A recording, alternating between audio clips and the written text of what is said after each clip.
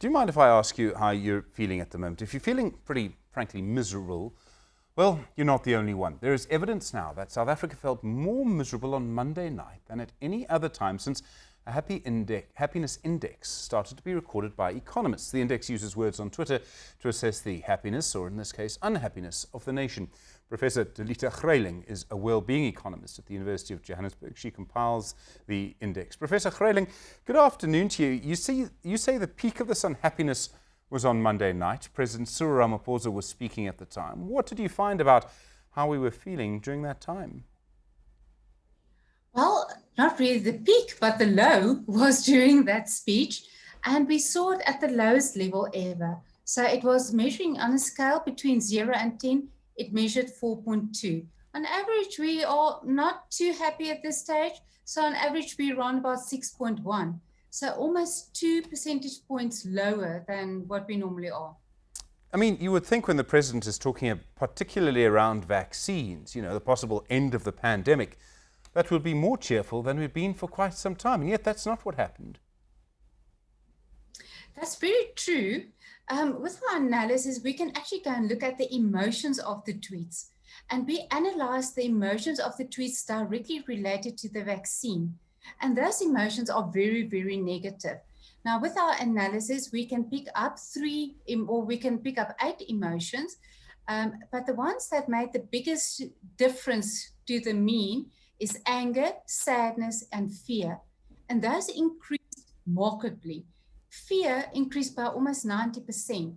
So you can see that South Africans at the moment is negative, and about the vaccines, they fear it, they're angry about quite a number of things, and then sadness correlates with these two emotions. And the reasons they are scared or fear this is because it's unknown. They feel it's not being tested well enough. They're not sure that the procurement is happening as it should happen. There's all the conspiracy theories, and those theories are driven by fear.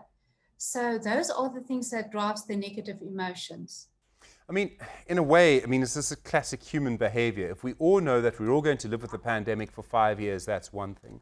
If there's hope on the horizon, but for various reasons we don't trust that that hope will be realized, we're actually more angry than we would be otherwise. Is that people are scared of anything that's new and what's not known to them. But what we should do as policymakers, as economists, and we see that a nation is so negative and those negative emotions come through, and we know it's about the vaccine, we immediately need to address it. Now, how do you address it? So it's a negative mood, you need to change it to a positive mood. So what should be done is the whole vaccine should be, when we speak about it, it should be worded in a positive manner. So this is the way out. This can make everybody healthy. That means that your father or your mother will not die. So you need to take that vaccine. It's hopeful, it's joyful. It is not the end of the world. So the way it's framed by policymakers, the message should be very positive. And the other thing is people should be warned about conspiracy theories. Those actually creates fear and drives everything with the emotion fear. And people should be informed about this, that they know, why am I so sad, or why am I fearing this? And then actually look at the real truth and the real statistics, and the messages must be clear so that they know exactly what is going on. Professor Delita Greyling, thanks very much indeed. Really do appreciate it. A well-being economist at the University of Johannesburg. All right, plenty.